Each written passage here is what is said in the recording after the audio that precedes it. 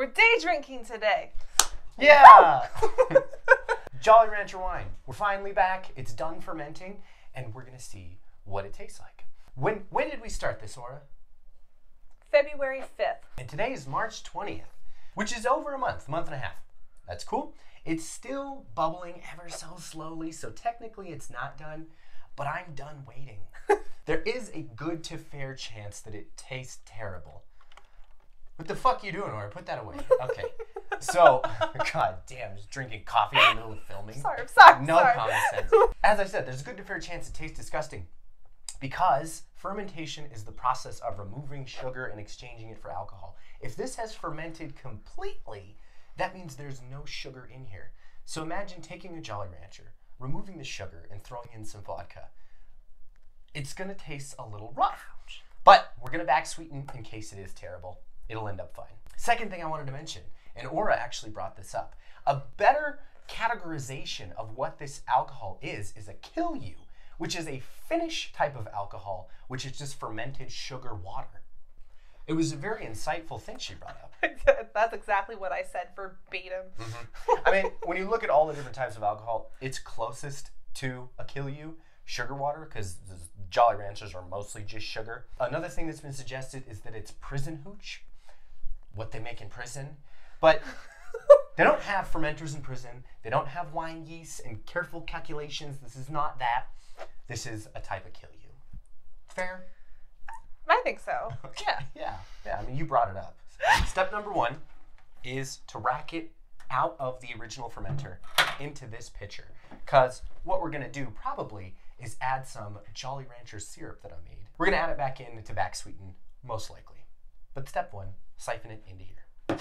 Actually, you know what I do want? Okay. You're going to have to just unhook yourself and go grab your phone. Because I like to grab what's called B-roll footage. Okay. Yeah. My phone is, you're gonna kill me. My phone is like almost dead. So just mindful of that. Okay. I don't think I can get out. I suppose I can get it.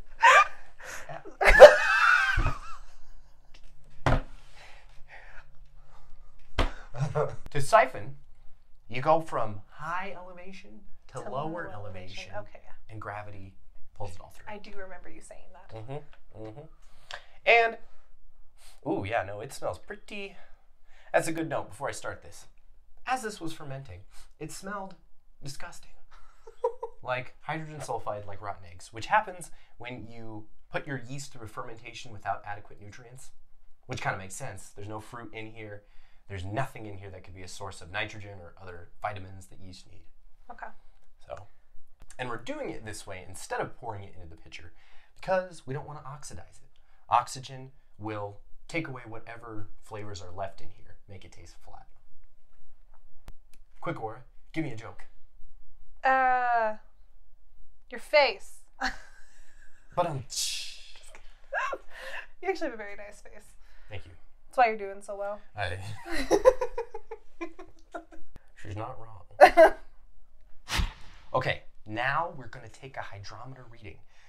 This is going to tell us how much sugar is left in here, if there's any left at all, and it's going to give us the final gravity reading, which I can then use to calculate how much alcohol the yeast made over the fermentation, whether we're dealing with a 9% ABV or a 15% ABV. So you just put your hydrometer in the test tube. Don't drop it in there because it will break. I've already done that twice. He tested it, so you didn't have to. Yep. It might be slightly carbonated, little bubbles. Yeah, so I'm just going to say 1.034. Let's see how it tastes. So it started at 1.095 starting gravity, and it ended at 1.035 final gravity. So I think it's about 8 to 9%. Ooh, yep. Just sulfuric Jolly Ranchers. Not the greatest, not the worst.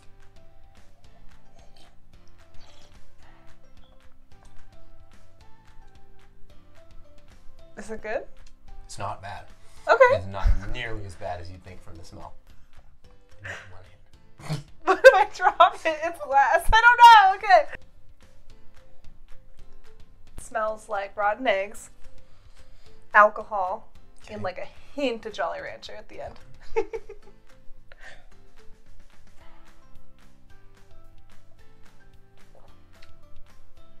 actually don't mind that. No, it's not terrible. No. To me, it tastes it retains the tanginess of the Blue Jolly Rancher. I wouldn't mind sweetening it a little bit Like with our syrup. Yeah, I think it might add more of that Blue Jolly Rancher Yeah. flavor in there. What I made here was essentially simple syrup, but with Jolly Ranchers. This is like 26 Blue Jolly Ranchers melted down with half a cup of water. Ooh. Mixed together. So, we want to do it in small parts because once it's added, you can't take it back. So I'm going to add, right now it's sitting at 3/4 of liquid. I'm going to add 1/4 of a cup. I honestly think this tastes pretty good. For what we did, just melting down Jolly Ranchers and throwing yeast into them, this is not gross. No. I'm also the kind of person that only drinks alcohol if it doesn't taste like alcohol, and this is really, really manageable for me. So. Yep. I really like it. Yeah, I think you'd get up on this because you can hardly taste the alcohol. Yeah, hardly. You wouldn't really know. You wouldn't. So let's call it there. It's really good.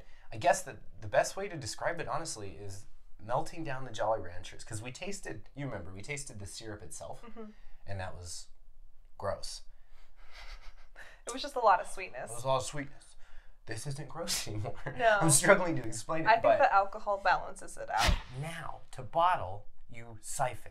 It's like the same thing as racking, but instead of going into a fermenter, you go into your bottles. Essential for bottling is a bottle filler. This, which Aura's going to explain. So you siphon into this, and then this goes in the bottle, and that's how that works. You're not wrong. Yeah, I didn't think I would be. Wrong. It's just you didn't say enough. So the bottle filler allows you to control the flow of the liquid. When that little stem valve is pressed in, liquid flows. When you pull up, liquid stops. So you can go from bottle to bottle. Very cool. That's very cool, actually. I know. I invented it. Okay. Will you hold it, please? Yep.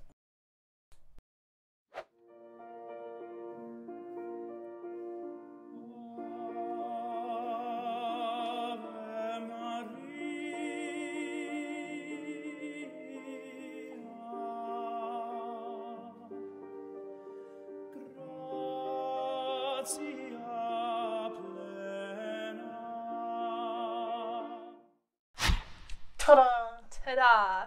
So we got them corked.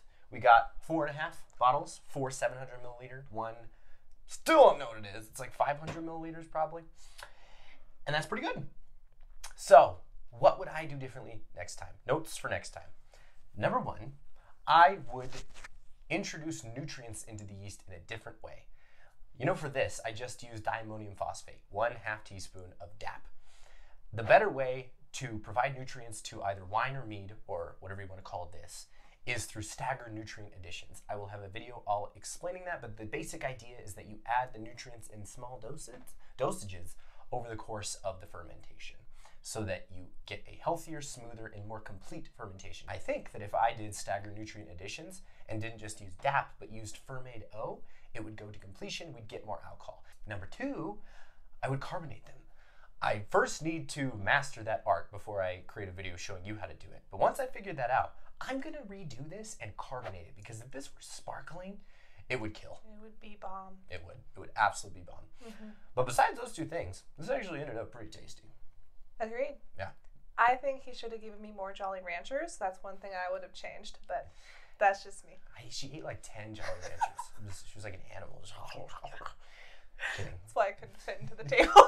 Thank you, Aura, for joining me today. I very much appreciate it. Thanks for having me. I had fun. All of you, go like my videos, comment on them, subscribe, and hit that bell icon too. And we'll catch you later. Bye-bye.